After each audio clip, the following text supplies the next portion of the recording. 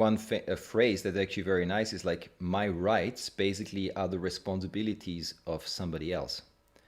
If I have the right to maintain, um, like if I have the right to be respected, let's say, then there is somebody that has the responsibility to adhere to that principle of not shaming me, of following and meeting me with respect. So what is a right that I want and need, and is maybe my right there, is basic human rights, which is a very, very fundamental, important thing, then it becomes somebody else's responsibility.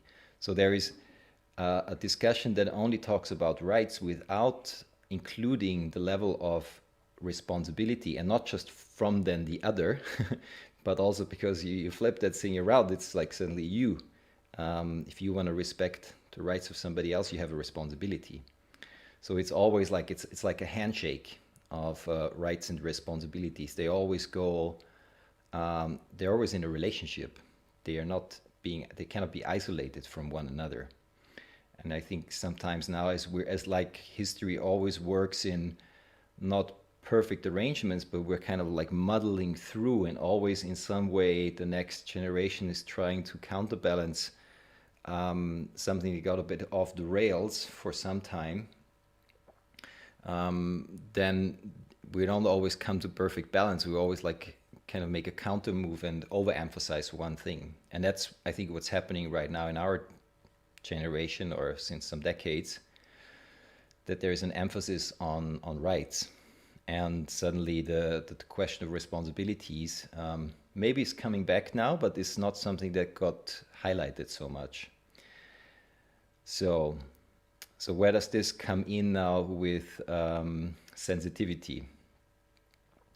Because I would say that suddenly, since maybe a decade or so, like the way I follow it, suddenly there's been a talk about sensitivity, and sensitivity in a new framing as something that actually maybe is a quality rather than a weakness, where previously, not always clearly stated like this, but often it was conceived as a weakness. It's like an incapacity to deal with the reality of the world. And the world is a cruel place, and you got to deal with it, and you got to toughen up and not complain so much. But so that's the part of like the individual responsibility. Okay, there's a world.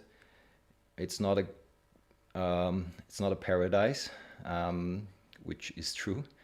And so if you want to be in the world and actually have impact and also feel capable of being in the world, you need to build the muscle and the capacity to deal with it. And what in you is not capable of meeting that world, that would get overwhelmed or frightened or scared or wants to withdraw from the world, would call like you're too sensitive. And children for probably decades or centuries maybe have heard such kind of phrases or sayings like, you're too sensitive, like you need to grow up, and because the world's a cruel place and now kindergarten's over, protected time is over. So and especially for boys and young men growing up, that was a stronger emphasis, because you gotta need to be out in the world, and parents want to prepare their children for being in the world, so tough them up. So the more sensitive part, and I want to talk about in a moment what I actually mean by that, didn't have so much value. So it kind of brings a question of on the inside. So what do I do with these places that feel overwhelmed, that feel scared, that feel challenged by the roughness of the world? Where do I place that within myself? Because it obviously has no value in being in the world. So what happened often is that this kind of got pushed back into the shadows, or like got denied or shamed from others, and then you're shaming that maybe in yourself. So now, as I said, I think there's a historical counter movement happening now that says, well, wait a moment, maybe it's not just that people are too weak.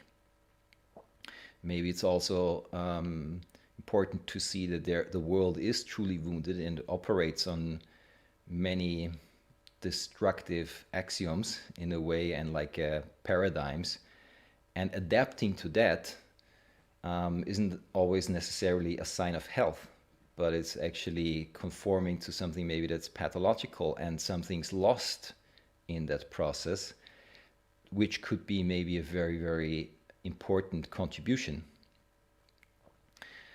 And so there's that kind of like, I think, great movement that says, okay, let's look at sensitivity not just as a weakness, but as a capacity. And I think that's very, very true and right, that sensitivity is in its basic form the capacity to be open and to perceive.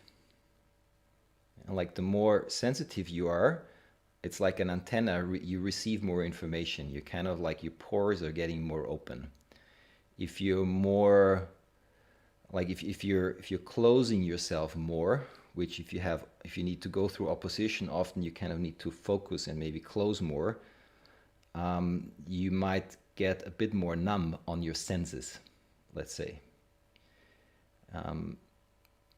So the word sensitivity is meaning like, it's like living with open senses in the world. And now that actually is a beautiful thing, because the more you can perceive, the more you can also relate to. Like you're potentially more in touch with more of the world, because you can sense it. Because we're sensuous, but also like sensing beings. Like that's our mode, how we operate in the world.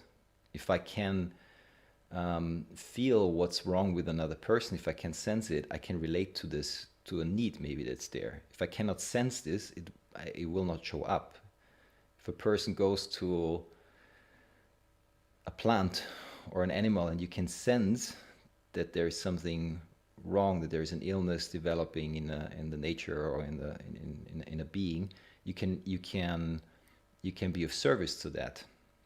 So there's a great capacity of being sensitive, because it gives you the capacity to also have a positive influence on something and somebody.